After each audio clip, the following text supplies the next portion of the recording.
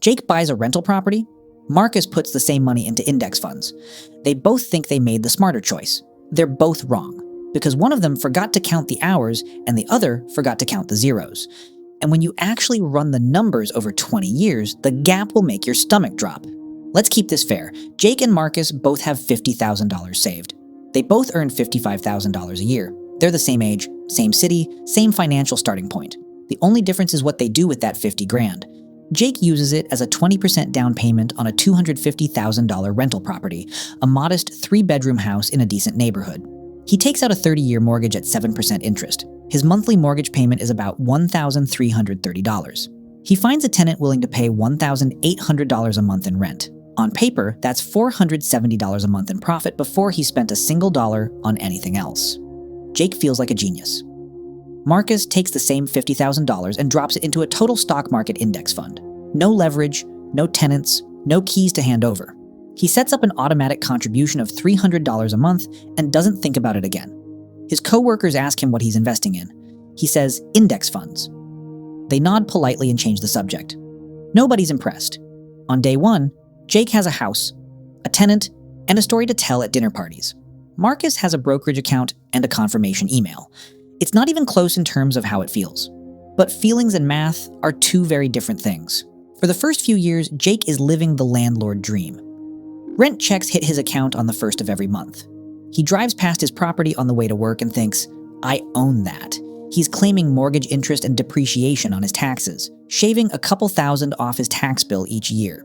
He's building equity with every mortgage payment. He's watching comparable homes in the neighborhood tick up in value. Everything about this investment feels real, tangible, and smart. Marcus?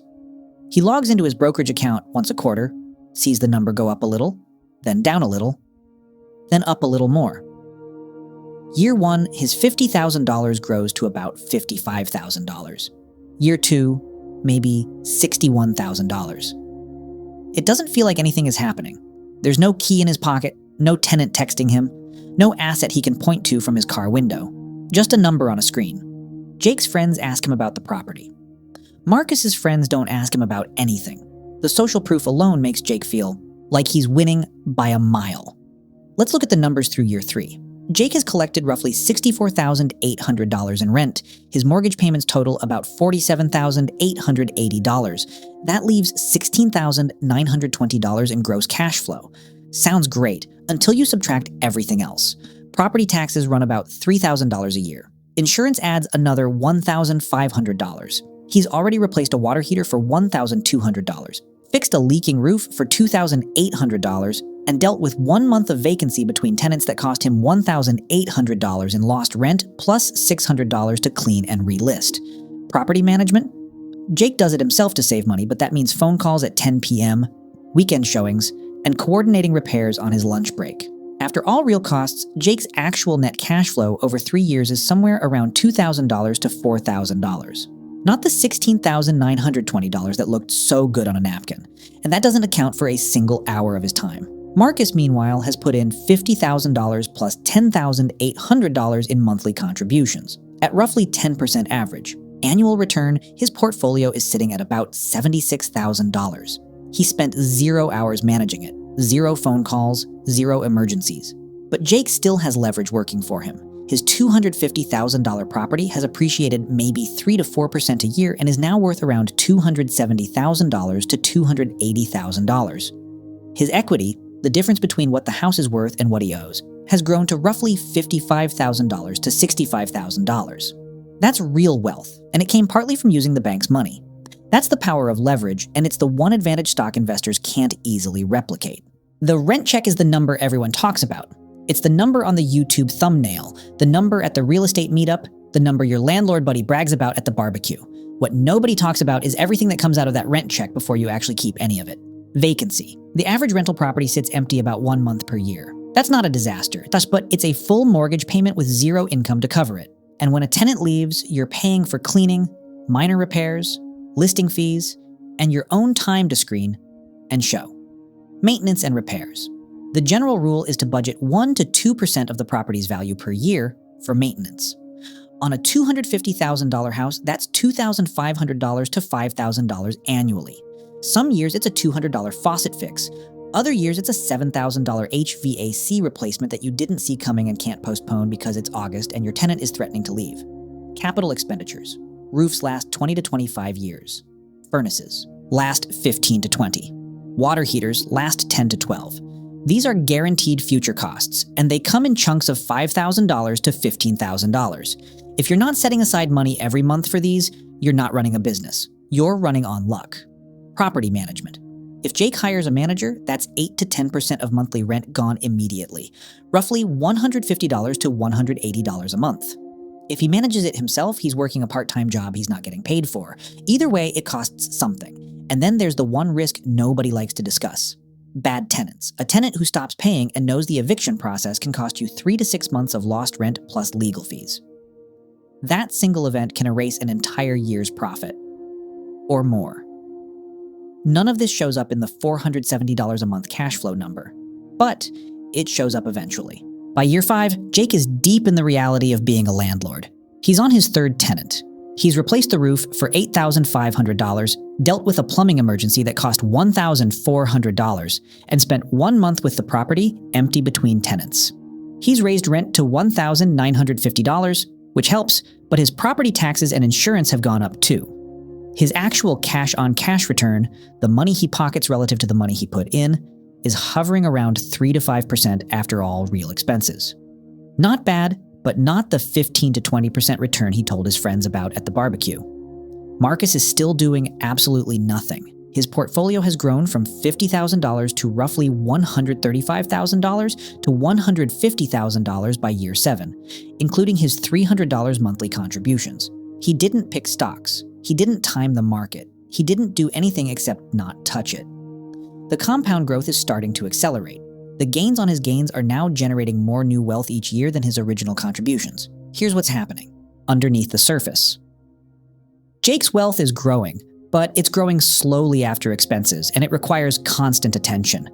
Marcus's wealth is growing in a curve, slowly at first, then faster and faster. Compounding is boring for the first 5 years and astonishing for the next 15.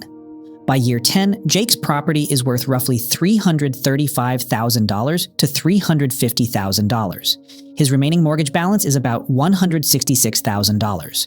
That puts his equity at approximately $170,000 to $184,000.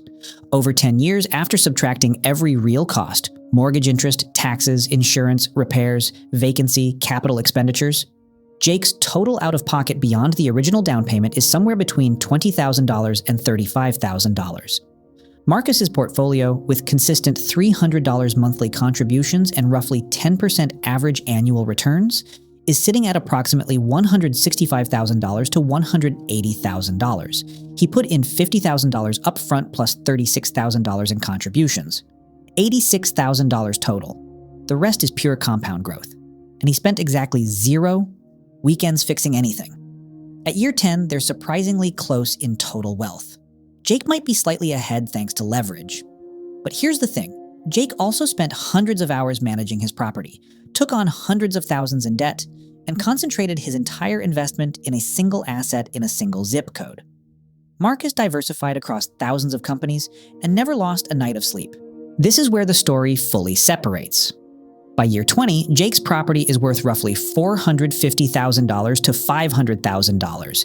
His mortgage is either paid off or nearly there. His equity is somewhere between $400,000 and $500,000 depending on appreciation. He's been collecting rent the entire time, but after 20 years of maintenance, repairs, turnover, taxes, insurance, and at least one major renovation, his total net profit from cash flow might be $40,000 to $80,000 above what he spent. Maybe more in a hot market, maybe less in a flat one. Marcus's portfolio? At 10% average annual return with $300 monthly contributions, his original $50,000 has grown to approximately $420,000 to $460,000. That's with total contributions of $122,000 over 20 years. The other $300,000 plus is pure compounding. No debt, no tenants, no 2 a.m. phone calls about a broken pipe. When you compare net worth, they're in the same ballpark, somewhere between $400,000 and $500,000 each. But how they got there is completely different. Jake worked for his, Marcus waited for his. Jake had stress, risk concentration, and illiquidity. Marcus had volatility, but liquidity and freedom. And here's the part that changes the math dramatically. If Marcus increased his monthly contribution by even $200 by bringing it to $500 a month, his 20-year portfolio jumps to roughly $550,000 to $600,000. That's because in the stock market, increasing your contribution has a multiplied effect through compounding. In real estate, increasing your investment usually means buying another property, taking on another mortgage, and doubling your workload.